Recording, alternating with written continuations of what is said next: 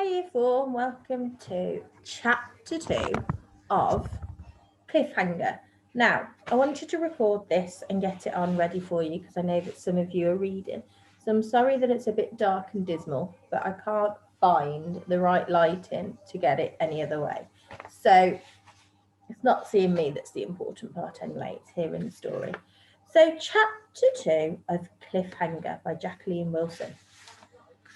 That first evening at the Adventure Centre was awful.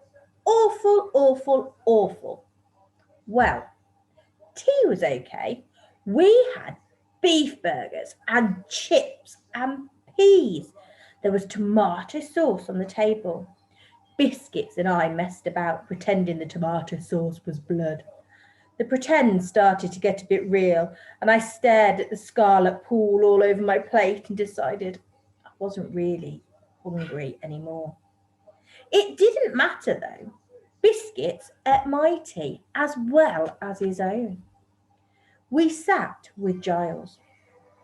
Kelly came and squashed in beside us too. She said hi to me. Giles thought she was my girlfriend. Jake came and talked to us at tea. Jake was our special helper. He was tall and sporty and good looking. All the girls were crazy about him because he looked like some pop star. I thought he might be a bit bossy and big-headed. But he talked to me just like a friend. I didn't want to be in any stupid team, but if I had to be in a team, then I was very glad it was Jake's team, the Tigers. Grrr! That's the Tiger Grand Roar. There were 6 of us, Giles and Biscuit and me and Kelly and Laura and Leslie. They were the girls in Kelly's bedroom. She said they weren't much fun. They just went whisp, whisp, whisp, whisp, whisp, giggle, giggle. But they left Kelly out of things. But she didn't care. Kelly's the sort of girl who doesn't care about anything. She doesn't even mind if people think her a baby. She had this little troll doll with purple hair. Kelly made the little troll talk in a tiny voice. We've got a visitor coming in for story time. I often make Walter Bear talk to me. His voice is quite growly. Can you do a growl? But friendly. I wished and wished I had Walter with me at the Adventure Centre. The Tigers had to help clear up after tea. We were on kitchen duties. We all moaned because we got lumbered. The lions didn't have to clear up, or the panthers, or the cheetahs. Kelly said that she wanted to be a cheetah and then she could cheat. We don't cheat, do we? Nah. Biscuit said he wanted to be a lion and then so he could lie. We don't tell fibs, do we? Nah. So I said I wanted to be a panther so that I could pant. And I made a funny panting noises. Biscuits laughed and started panting too. So did Kelly, and even Giles joined in. Laura and Leslie thought we'd all gone nuts. I started to wonder, put your legs down. I didn't start to wonder about putting your legs down. You can only stay for the end of the story if you're a good boy. I started to wonder if it might be fun to go on adventure holiday, but then we all had to go outside and play these terrible games. I hate games at school. I hate games in the garden at home.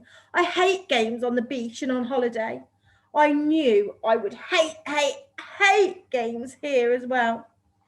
We were all made up with face paints to look like tigers, orange with black stripes, or lions that were yellow, or panthers that were black, or cheetahs who were beige with black spots. Laura and Leslie mucked about with face paints, making themselves look like grown-up ladies. Giles, you have to get that. Giles made a fuss at first, saying he didn't want his face painted because it was stupid. I didn't mind having my face painted, though it tickled a bit. But I minded terribly when Jake and Sally and the others started setting up posts and handing out balls and bats. It was a new game. Triangles. A bit like rounders. We play rounders at school.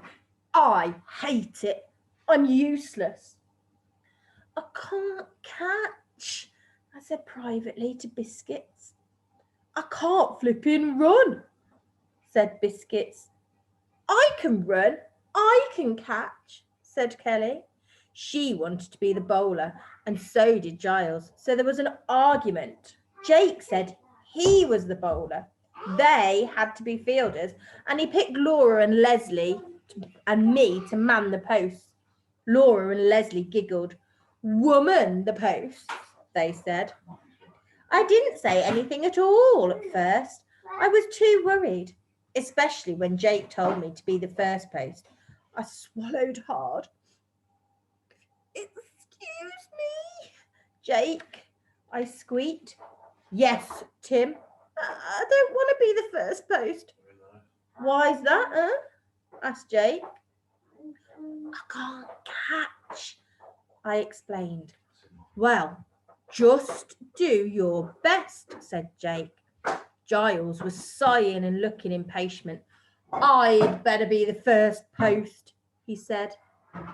No, we'll give Tim a go, said Jake. We're going to keep changing round anyway. Come on, let's get cracking. Jake bowled the first to the lion batter. They gave it a tap and started running. Laura grabbed the ball and threw it to me. Here, Tim, catch, she shouted. I tried. I really did. Dad always yells at me to watch the ball. I watched it go sailing past my cupped hands. He's missed it, Giles yelled. Tim, said Laura. Tim, said Leslie. Tim, said Kelly. Never mind, Tim, said Jake. Next time, eh? I hoped and hoped I might do better next time. I didn't. Or the next time. Or the next. Or the next. Or the one after that. It was so awful. No one else was as useless as me. Biscuits couldn't run very fast at all, but he was good at catching, and he could hit hard too.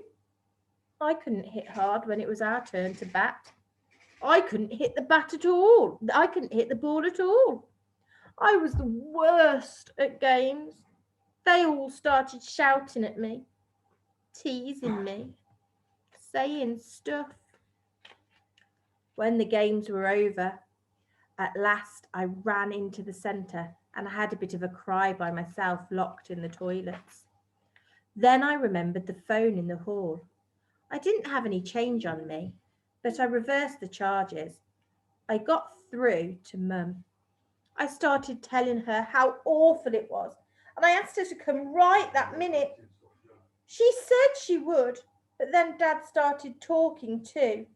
He kept asking me why it was so awful. So I said about them all shouting at me, and Dad said I was making a fuss about nothing. I said I still wanted them to come and get me like they promised. But you can't always trust your parents, especially your dad. He said I should see how I felt tomorrow. He wasn't going to come and fetch me tonight, no matter what. But you said you'd come and get me if I didn't like it, I said. I don't want to see how I feel tomorrow. It's not fair. I didn't want to come here in the first place. I was in the middle of saying all this and a bit more when Biscuits came along the hall and sort of hovered. So I sniffed a lot. And I'd said I'd phone again tomorrow. You okay? Said Biscuits as I put the phone down. I nodded my head, blew my nose. Biscuits looked bigger than ever. his sweatshirt straining. He saw me staring. "Want to see what I've got?" he said, patting his much vaster tummy. He suddenly gave birth to a big tin of golden syrup. I laughed, even though I was still a bit snuffly. Biscuits prized the lid open, stuck his finger in, and licked appreciatively. "Oh, yum, yum, yum. Here!" He held out the tin. "You can share it if you like." We were very sticky indeed by bedtime. I wish we didn't have to share a room with Giles. It would have been great if it was just Biscuits and me. But Giles kept going on and on about how hopeless we were at games and how mega great he was at everything. He insisted on demonstrating too, especially his judo. He had me in this arm lock that was horribly painful. But Biscuit started waddling round the bedroom in his underpants, flexing his muscles. "I do sumo wrestling." "Right," he said, beating his chest. "So you better watch your step, Piles."